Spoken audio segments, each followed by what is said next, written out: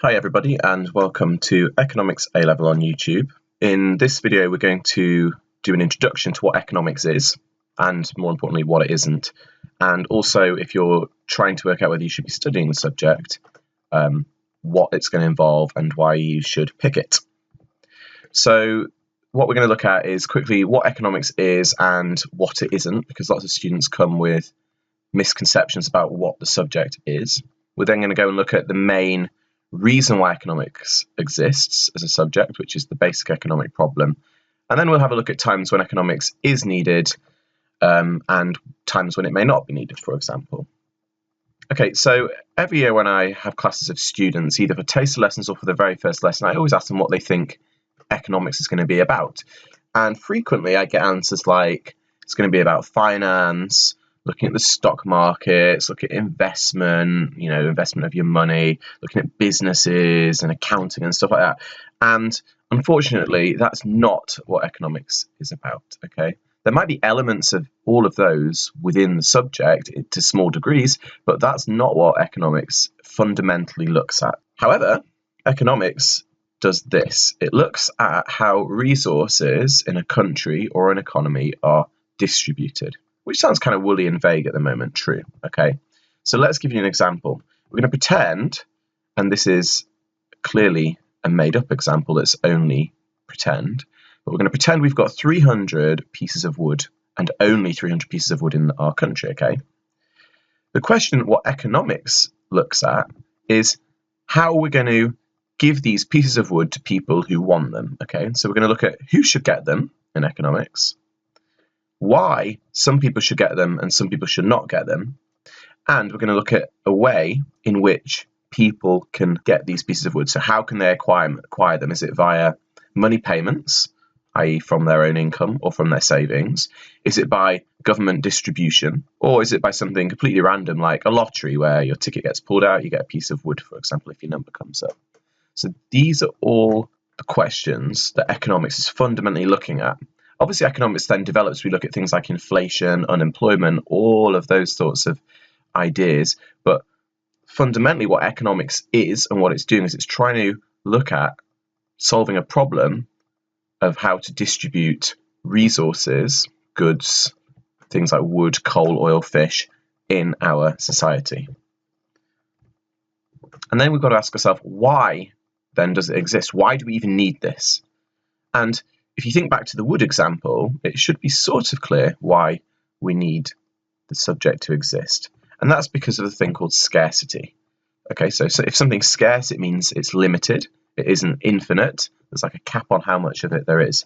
And economics exists to solve this problem. It becomes a system or a method of managing and allocating and distributing resources which are limited in number, which are scarce.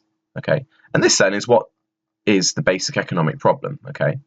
And the basic economic problem looks at what to produce, how to produce it. In other words, which combination of machinery and human labor and things like raw materials, fish, oil, stuff like that, and what combination of those we should use to produce what is desired as the end product.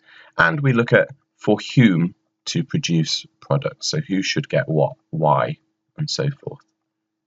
So the definition then of what the basic economic problem is that it's looking at how to distribute limited resources between different possible uses for those resources. And we're going to assume that human wants and needs are said to be unlimited. Now, it might not be absolutely correct to say that for every single human, but for the vast majority of humans, we assume and say that human wants and needs are unlimited. So basically, what that definition is saying is that there are different possible uses, for example, for a piece of wood. It could be used to make a table, a chair, or to burn for fuel.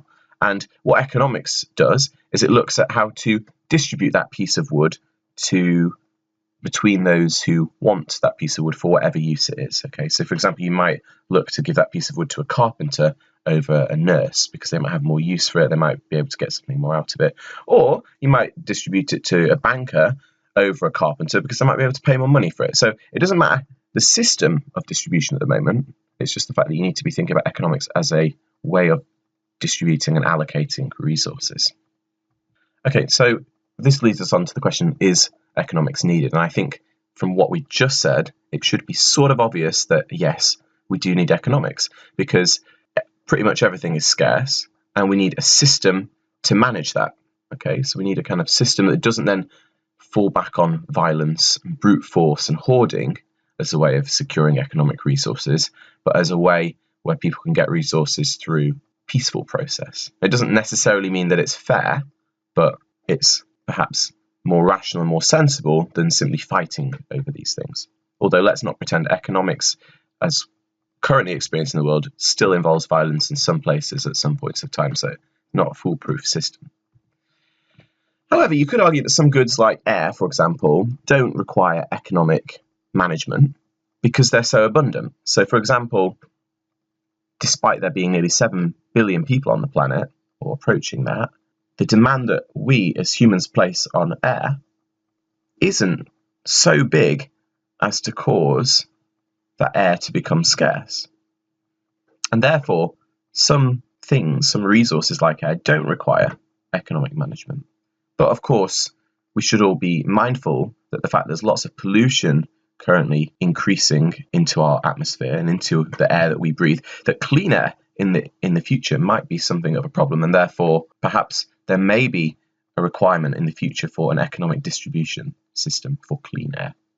To give you another practical example, if we go back to pre-European settlement of the Americas, buffalo and bison were so plentiful in number back then that the demands that the native peoples of those lands placed upon those buffalo for food, for hunting, for sport, for whatever, for leather as well, the demands that the native peoples placed on these buffalo didn't dwindle the numbers of those buffalo. In fact, they kept going up for a certain while until the European settlers arrived. So that would be another example where, although limited in number, these buffalo, they weren't technically a scarce good because the demands or the use that the native peoples put on these animals didn't reduce their number, and therefore there wasn't really necessarily a distribution system required. So that's just another example, but they are few and far between, and predominantly economics is absolutely required because most things on this planet are scarce, and that's why you're going to be sitting in your classes studying this subject. So let's recap then. If we lived in a world with only a few thousand people, economics probably not going to be required because there's going to be plentiful resources compared to the human demand on them, despite the fact that these resources still might be scarce. Exceptions to that might be if you're in a very localized region with a specific type of, let's say, tree that only produces a specific type of fruit, and that's the only place in the world where it can grow, and there's not enough fruits for the whole population in that area, then you might require a system of distribution. But if we're thinking on a grander scale, if we've only got a few thousand people in the world, there's probably not going to be a requirement for economic distribution system. But we're living in the real world, and there is a requirement for this because of the scarcity of products and the human condition of wanting more and more items and things, and therefore placing a greater demand on these resources. The basic economic problem then looks at how to distribute and allocate these scarce resources between competing human uses, and that is what you're going to be studying in economics. In our next video, and you can click the links that are coming up here, we'll have a look at what resources actually are, because we've mentioned those already. We'll then have a look at renewables and non-renewables, because they're a specific type of resource as well. And then we'll have a look at free goods and economic goods, which also builds on this video. So thank you very much for watching. Please click on the subscribe link at the bottom of this page, and I will see you in the next video.